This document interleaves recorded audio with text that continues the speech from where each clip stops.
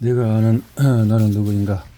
알디 프레이트 시험 윤순식 문당희 옮긴 소크라테스에서 뇌과학까지 삶의 무의를 찾는 철학 여행이라. 내가 아는 나는 누구인가? 소크라테스에서. 내가 알 수 있는 것은 인간의 인식은 어떻게 동물과 다른가? 우리는 어디서 왔나? 나는 누구인가? 내가 해야 할 일은 뭘까? 사람이 내가 희망해도 좋은 일은 뭘까? 자유란 이렇게 되어졌네요. 락소스 남쪽에 있는 키클라데스 제도에서 가장 큰 그리스 섬이다. 섬의 한가운데 높이는 1000m나 되는 자스 산맥이 있으며 향기로운 냄새를 풍기는 들판에는 염소와 양떼가 풀을 뚫고 있고 포도와 채소가 자라고 있다. 1990년대에도 락소섬의 아기아나 해변은 빼는 풍경을 갖고 있었다. 관광하는 곳이었군요. 소크라테스의 대화는 어떤 것이 있었나? 그 최근 햇볕에 색이 바래고 겉은 상당히 너덜너덜 문고판인데 표지에는 그리스 신전을 배경으로 한 두 명의 최근 플라톤과 소크라테스 여물지 않은 의견을 열정적으로 주고받던 당시 부르기는 피부에 내리쬐는 햇볕처럼 내 마음에 깊이 파고들었다. 법정 진술. 미리겐 얼굴이 이제는 생각나지 않는다. 그를 다시 만나지 못했고 혹시 오늘 길거리에서 만나 해도 알 수가 없을 것이다. 그 이후로 가보지 않은 아기아나 해변은 관광객들의 천국이 되었다. 많은 호텔이 들어선 해변에는 울타리가 쳐지고 울긋불긋 이렇게 철학에 대한 열정에 관심을 잃어본 적은 없었다. 이렇게 저자가 체험한 것을 중심으로 내가 알 수 있는 것은 뭘까? 인간의 인식은 어떻게 동물과 다른가? 자, 옛날 쏟아질 듯한 별 반짝거리는 별 하나가 있었는데 영리한 동물이 인식이라는 것을 고안해냈다. 이것은 세계 역사에서 가장 교만하며 가장 기만적인 순간이지만 다른 순간일 뿐이었다. 자연의 호흡이 잠시 이어지다가 이내 그 별은 얼어붙었고 영리한 동물은 죽을 수밖에 없었기 때문이다. 인간은 자기 자신을 완벽하게 과대평가할 줄 아는 영리한 동물이다. 인간의 이성이란 위대한 진실에 초점이 맞춰져 있는 것이 아니라 삶의 사소한 것들에 초점이 맞춰져 있기 때문이다. 철학사에 있어서 이처럼 시적이고 잔인한 방식으로 사람들에게 거울을 비추는 텍스트는 거의 없었다. 이 텍스트는 1873년 탈고된 비도덕적인 의미의 진리와 거짓에 관하여 첫머리 부분이다. 니체는 그러한 영리하면서도 교만한 동물들에 관한 이 텍스트를 출간하지 않았다. 바로 얼마 전 그리스 원나이의 토대에 관한 책을 표현했다가 마음의 상처를 심히 받았기 때문이다. 니체의 어릴 때의 이름은 프리츠다. 작센 지방의 리켄이라는 마을에서 태어나 잘리강에 흐르는 나우무르크에서 성장한 어린 프리츠는 재능이 뛰어나고 빠른 학생, 주위의 모든 기대를 전도. 니체의 아버지는 루터교회 목사였고 아버지 역시 매우 종교적인 삶을 살았다. 니체의 나이 4살 때 아버지가 돌아갔고 얼마 되지 않아서 남동생도 사망. 그 후에 니체의 가족은 나움부르크로 이사했으며 거기서 니체는 어머니와 여동생 2명 또 할머니 여자만 사는 가정에서 성장했다. 니체는 재능이 뛰어나서 초등학교에서부터 주목을 받아 우선 성적으로 졸업하고 대학교도 어문학과에. 하지만 고전 어문학과에 시작했던 신학 공부는 첫 번째 학기를 마치자마자 포기하고 말았다. 어머니 바람대로 본격적인 목사의 길을 걸으렸지만 정작 그에게는 믿음이 부족했다. 언젠가 나무르크에서 샌님 같은 경건한 목사의 아들이라고 주위의 조롱을 받았을 때 꼬마 목사인 그는 신앙심과는 아주 멀어지고 말았다. 신앙심 깊은 어머니 목사 사제관 그리고 믿음 속에 사는 삶은 그의 감옥이나 다름없었다. 그래서 그는 이러한 환경에서 뛰쳐나왔지만은 그것은 평생 그의 마음을 갉아먹었다. 니체에 대한 이야기였군요. 자, 넘어갔어. 우리는 어디서 왔을까? 하늘에 떠있는 러시. 세 가지로 이었다. 첫째는 이렇다. 1927년 미합중국 이야기이고 두 번째는 고인류 존 행칸슨에 관한 이야기를 하고 있군요. 그래서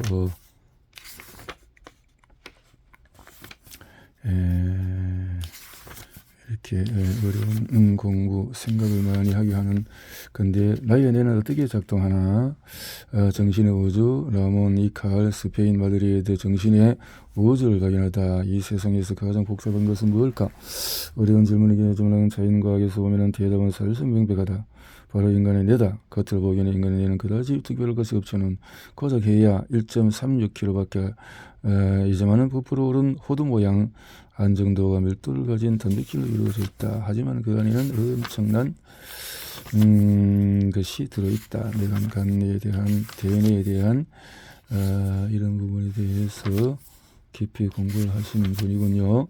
내가 누구인지 어떻게 내가 아는가? 30년 전쟁 중에 어느 겨울밤때 데카르트 독일 남부 울름 아늑한 정면에서 데카르트에 대한 이야기.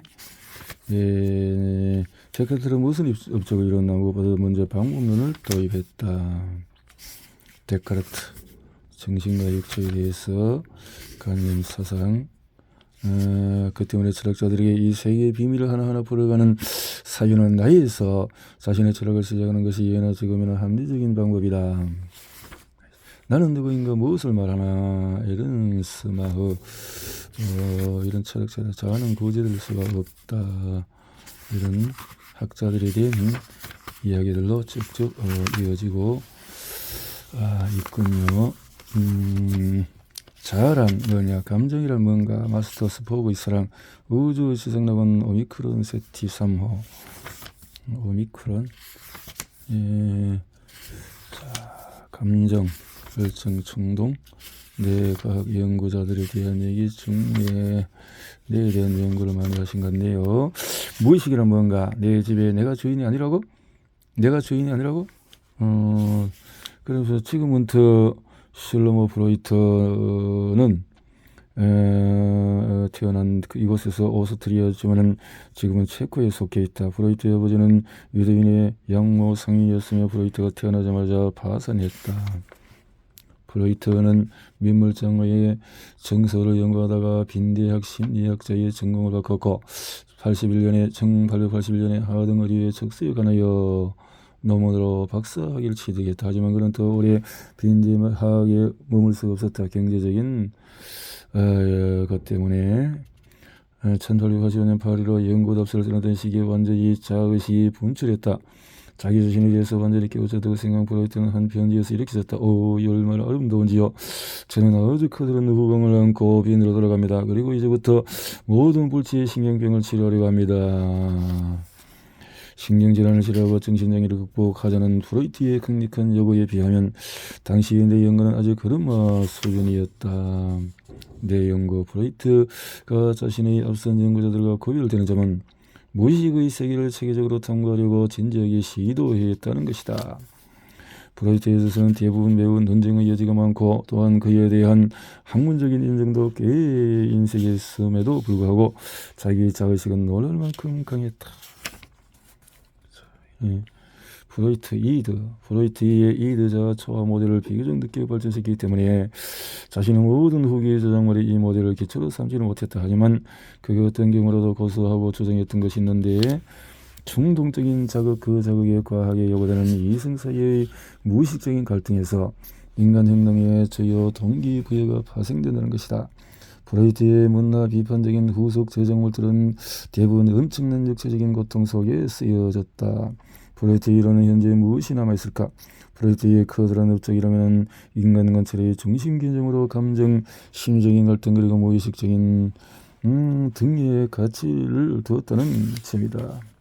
정신분석은 학문이 아니라 방법론이며 그 가설은 학문적으로 검증할 수 없다. 그 때문에 프로이트가 사망한 지 30년도 되지 않아 신경과학과 정신분석은 서로 화해할 수 없을 정도로 반목하게 되었다. 정신분석은 그 당시에 전성기를 경험했다. 그런데 모든 영적인 것을 마이크로미터와 밀리볼트로 환산하는 전기 생리학을 떠받드는 내용은 프로이트의 후계자들이 보기에는 옆길로 빠진 것처럼 보였고 신경생물학자들의 눈에는 학문적으로 미수가 다른 반면 찌꺼려도 채집하는 것처럼 보였다. 내 연구가 전반적인 승리를 거둔 오늘에야 비로소 많은 내 연구자는 프로이트의 업적을 다시 평가하려는 시도를 감행하고 있다. 무의식을 담당하는 내 영역을 명령하는 일은 간단하고 일목요연하게 정리할 수 있지만 무의식적인 것은 매우 다양한 특성을 보이고 있다. 우리 주 이력에 특정한 일에 주중가 있으며 우리 내는 종종 다른 일에는 전혀 신경 쓰지 않는다. 비록 그 다른 일이 나으려고 혼란스러워 눈에 띌 것이 분명한데도 말이다. 일상적으로 나는 무의식적인 지각 프로젝트 기억이란 뭐냐? 에릭 리처드 캔들 기억 사실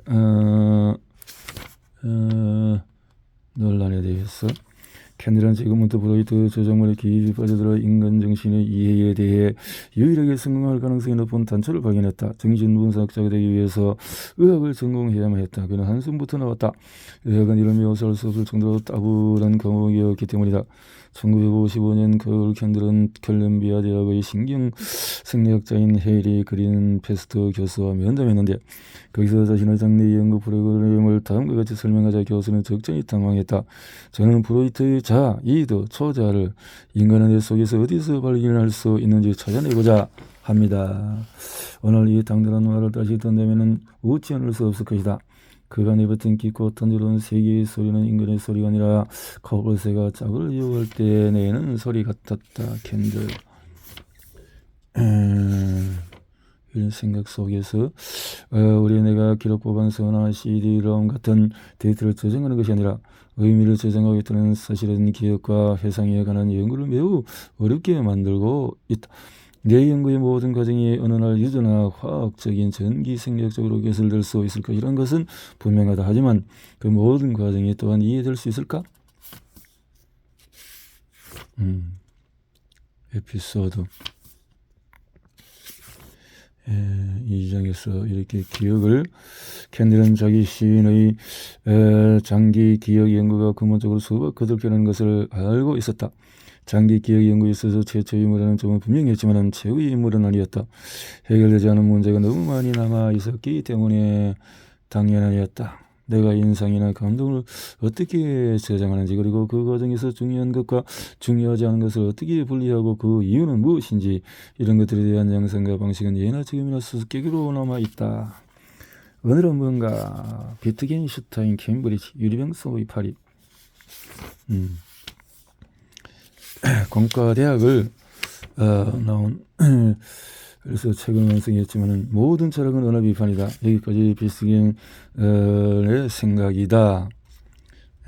비트겐의 생각은 뛰어나지 않은 철학 학생을 철학의 천공에서 찬란하게 빛나는 혜성으로 만들어준 것은 뭘까?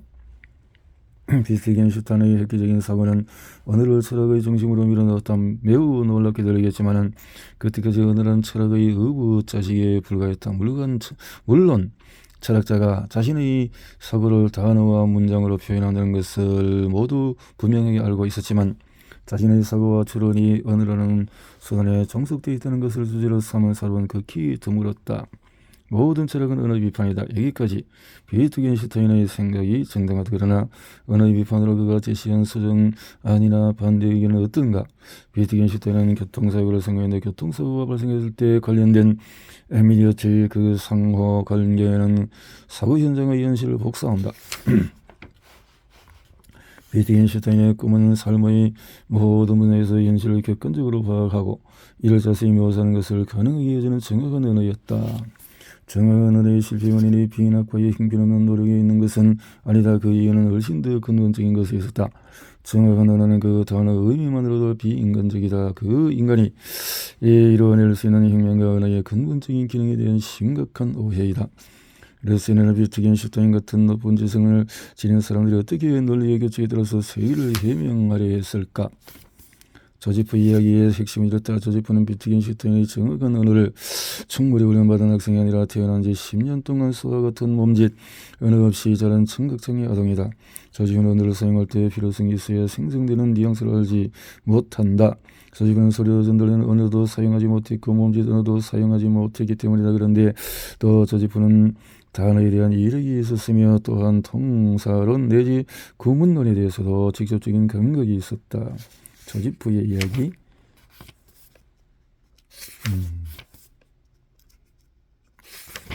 비트겐슈타인. 인간 언어는 초월한 의사소통 수단이야. 그러나 비트겐슈타인과 더불어서 철학이 인정해야 했던 점은 언어가 진리로 향하는 독점적인 통로가 아니라는 사실이다. 아무튼 이제 우리 행동의 단서를 찾아내는 중요한 부분을 알게 되었다. 이를 통해서 우리 자신을 찾아가는 여행은 또 다른 차원으로 가보자 하는 거죠.